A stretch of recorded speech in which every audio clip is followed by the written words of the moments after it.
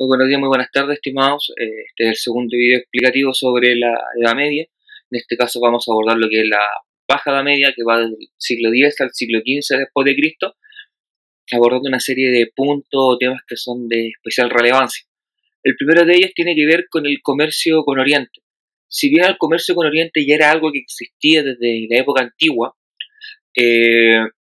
en la Edad Media lo que ocurre es una consolidación de esto y una integración ya formal y definitiva del continente europeo a esta ruta comercial que se conoció originalmente con el nombre de Ruta de la Seda, ¿ya? Que era una ruta de comercio que conectaba Oriente Próximo, Asia Menor, Irán, Irak, Palestina, con lo que era el Oriente Lejano, China, India y Japón. ¿Bien? Ahora, ¿por qué es tan importante? Porque permite el acceso a nuevos productos, que si bien eran productos de lujo, son productos que de una forma u otra atraen de tal forma a la nobleza, a las clases superiores europeas, que los convierten ya prácticamente en bienes necesarios para ellos, para ostentar su estatus social, su condición social. Por ejemplo, el acceso a la porcelana china, al té, a las especias en sí como condimentos, era algo necesario.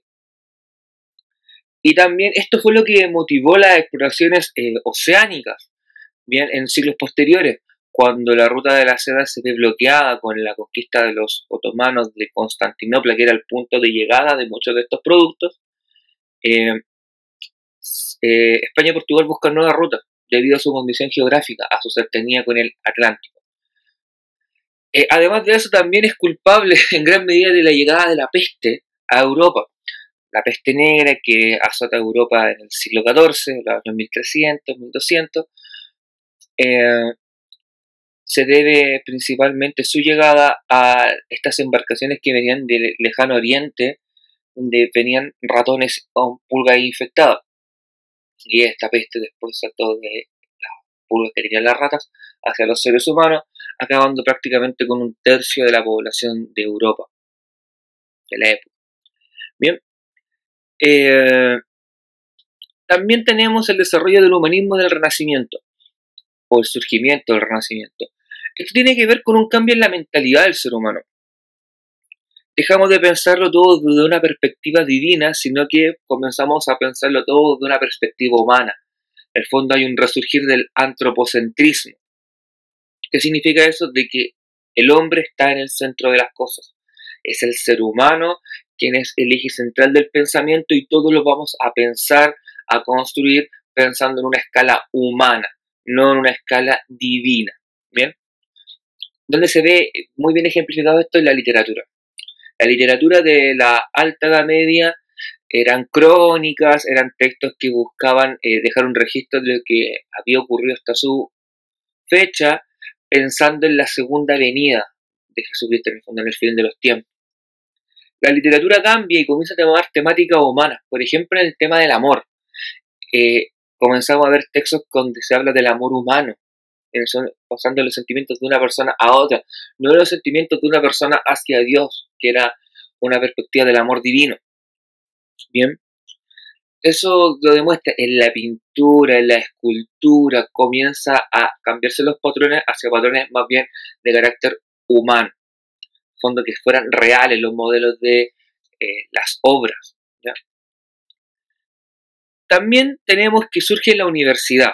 La universidad es, como lo dice su nombre, es universal, en el fondo es una institución donde se busca entregar el conocimiento universal, el máximo conocimiento posible. Las primeras carreras universitarias eran teología, derecho, medicina, es decir, carreras que hasta el día de hoy siguen existiendo. ¿Ya?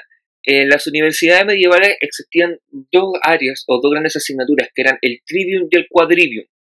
El trivium se dedicaba al área de la lingüística, el lenguaje, la retórica, ¿ya? La gramática, y el quadrivium se preocupaba del área más científica, más ligada a los números y a las matemáticas, la geometría, el álgebra, inclusive la música. Recordando, chiquillos, que la música también tiene una fuerte influencia de la matemática en las composiciones, por ejemplo, en los tiempos musicales, que una redonda son 4 tiempos, una blanca son 2 tiempos, una negra es un tiempo, la corcha es medio tiempo, y así sucesivamente, ¿ya? Y en el fondo son las bases que sienten el conocimiento de Occidente, pensando ya en una lógica de educación superior, de una formación superior, que no era una formación a la cual todos tuvieran acceso. Recuerden que la educación en esta época no era un derecho, sino más bien era un privilegio para algunos. La nobleza era la que se educaba formalmente. Los sectores populares se educaban por lo general en un arte, en un oficio, carpintero, albañil, orfebre, herrero, cosas por el estilo. Bien, luego ya entramos en los dos últimos hechos que van marcando el final de lo que es la Edad Media. El primero es la caída de Constantinopla. Constantinopla era la capital del Imperio Romano de Oriente, o Imperio Bizantino, un imperio que vivió 1000 años más después de la caída del Imperio Romano Occidental prácticamente. Ya para el año 1400, 1453, cuando el Imperio Bizantino o Imperio Romano de Oriente cae, era la sombra de lo que alguna vez fue, eran unos pequeños dominios esparcidos en lo que es la península de los Balcanes y Constantinopla, que fueron finalmente conquistados por los turcos otomanos. El Imperio Otomano, que toma mucha fuerza desde esta época hasta el siglo XIX, al conquistar Constantinopla se corta este paso de Oriente a Occidente para los cristianos. La única nación cristiana que tenía ciertos privilegios comerciales era Génova, que era una república mercante, una república de comercio, pero el resto de naciones veía el paso muy dificultado. Y eso fue el hecho que motivó también que las exploraciones del océano se desarrollaran, porque ya no podíamos comerciar, como dijimos en un comienzo, con la ruta de la seda, o era mucho más difícil. Así que se comenzaron a buscar nuevas alternativas, siendo Portugal y España los que llevaron la cabeza en este proceso debido a su ubicación geográfica privilegiada, que estaba cerca del Océano Atlántico, en el fondo estaban al lado del Océano Atlántico. Bien, y el último hecho que marca el final de la Baja Edad Media es este proceso de descubrimiento de América, descubrimiento entre comillas, en el fondo. Es que Colón llegara a las cercanías de este nuevo continente.